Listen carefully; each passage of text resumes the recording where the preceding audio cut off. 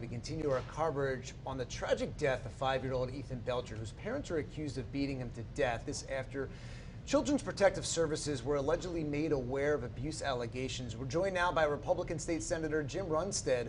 Thank you for joining us tonight. Yeah, absolutely. Thank you for having me. Senator Runestad, let's get right into that bill that you proposed in Lansing today. First, for people who aren't very well versed on this topic, what would the bill do and why is it so necessary in Michigan? Well, Child Protective Services is a department that is supposed to protect children. If there's allegations of abuse and neglect, Child Protective Services is the #1 agency to take care of that. And unfortunately, for decade after decade, as long as I have been watching this department, there has been problem after problem with them not doing their job. And it just seems like it's ramping up more and more every year, every month. In the last week, there was 2 horrific cases, one in Pontiac of a mother and her 2 children that were 3 children that were wandering the streets. They had sheets on them. People were asking about their condition, and the mother was not mentally right. She eventually took them to a field where they died. I called CPS to get information, and as I have heard from everybody, they say we cannot disclose any information. I want to know, was there interaction with this family? So I said, well, what is the rationale why you can't share that information? And they said state and federal law. And I asked that to be sent to my office. They did. I reviewed it, and the federal law simply says they can't share sensitive information like an address. Well, we didn't need the address. The state law is more constrictive and basically says, other than some healthcare professionals who may be involved with the case, the only other entity that can get information is a department, a committee rather, that oversees the department. There's a lot of problems with that because that department, that committee chair may not want to anger the governor by opening up a can of worms in front of the world, so it's hard to get any real response. My bill says that anyone in the media that's a credentialed member of the media or a sitting member of the legislature can go in and review the files. Doesn't mean they can just disperse the files out to the public. In fact, that would be a misdemeanor if they do. But the way it is now, it is so constrained, you have to rely upon the department if they're ever willing to give you information. And almost every journalist I've talked to said they shut them down every time they call. So why not just address Children's Protective Services, CPS, address them as opposed to this bill? What this bill is for requiring CPS to add in their exemptions. There's a number of people exempted from that FOIA that they have to respond to. And they are healthcare professionals who may be involved with that child. They obviously review that file and they cannot disclose that information, but they have full access to the file. My bill says that credentialed members of the media and a sitting legislator, also with the same constraint, they can't just blurt everything out, but they have an opportunity to sit down with the department and review the whole case.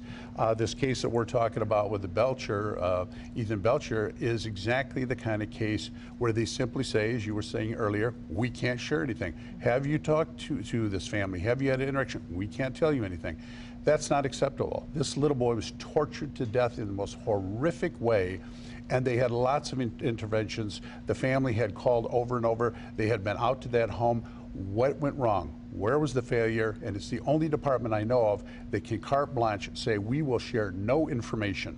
If you went to the sheriff's department, as people did, asked what happened, they produced a total timeline with that Pontiac family, what happened. If it's a court case, you see what everything happens in the courts. But with CPS, even if they screw the entire thing up, you cannot get any information from them. So on the other hand, we did receive a statement from the State Department of Health and Human Services today, and they point to privacy being the issue. So that would be the expected pushback.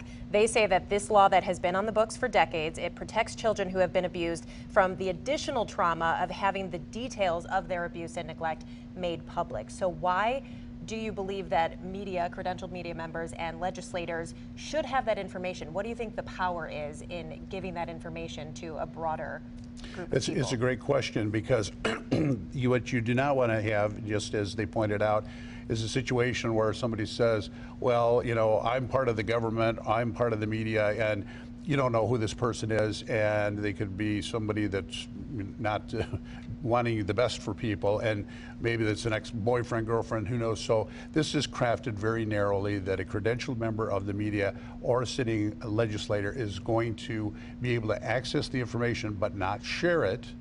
That's a misdemeanor if they share it. You're just put in one of the individuals who actually can look at this information. The difference is a doctor, a lawyer, a doctor, or a psychologist reviewing the file is reviewing the file for helping the family. They're not saying what went wrong.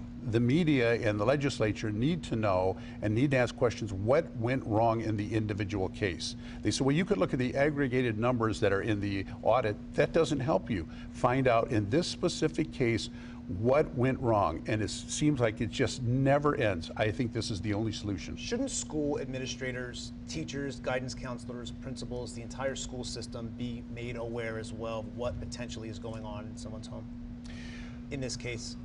I think you'd have to make sure that the individuals you're talking to are not, we've all heard of people who are, they get information and they're supposed to keep it under their hat, and they don't. So provided that they also are under the same constraint that if they violate the privacy of these individuals, that they're going to be committing a 93-day in jail misdemeanor, then you probably could do that. But I do agree there has to be a sensitivity, because you're talking about all kinds of family situations that intersect with a lot of different people. You want to make sure that the privacy is protected.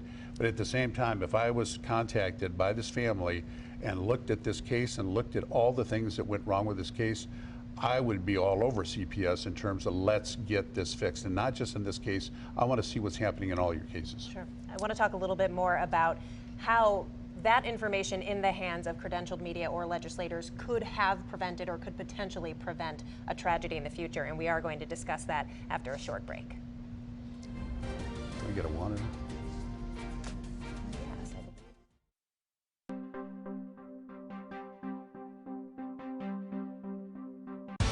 CBS News Detroit, on your block, around the clock in Macomb County. Hi, we're CBS News Detroit, but we don't just cover the news here. We're also here, and everywhere in between. You know, the places you live, work, and play in Southeast Michigan. We're talking less of this, and more of the stories that actually matter to you. CBS News Detroit, on your block, around the clock. That's right, local news just found a home in your neighborhood. We're CBS News Detroit, live, streaming, and on demand. Nice to meet you. CBS News Detroit, on your block, around the clock in Wayne County.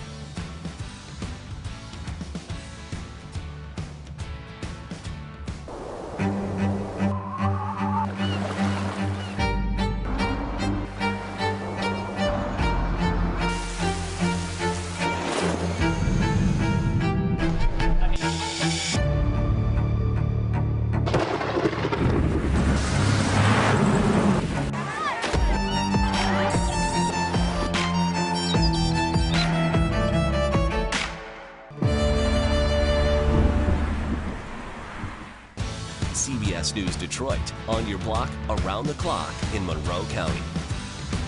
CBS News Detroit, the stories you care about. Live, streaming, and on demand. We're on your block, around the clock. Southeast Michigan news whenever you want it. We live here. We work here. From North Branch to Southgate. East Point to Westland. Wherever you live, we're here for you. Making a difference in your neighborhood. CBS News Detroit, live, streaming, and on demand. Building a better newscast, one story at a time. CBS News Detroit, on your block, around the clock in Oakland County. How would you build the newscast of the future?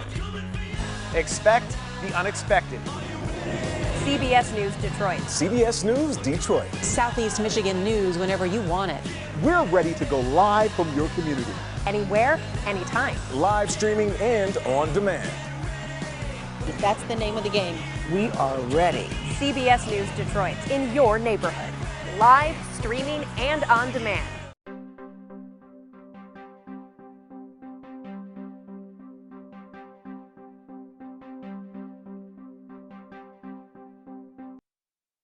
Welcome back. We are joined by Michigan Senator Runestad this evening, who is talking about a bill that you proposed in Lansing today that would change some rules as they apply to child protective services in Michigan. And you were explaining that the record should be open, in your opinion, and this is what you're proposing, to credentialed media and legislators as well to review.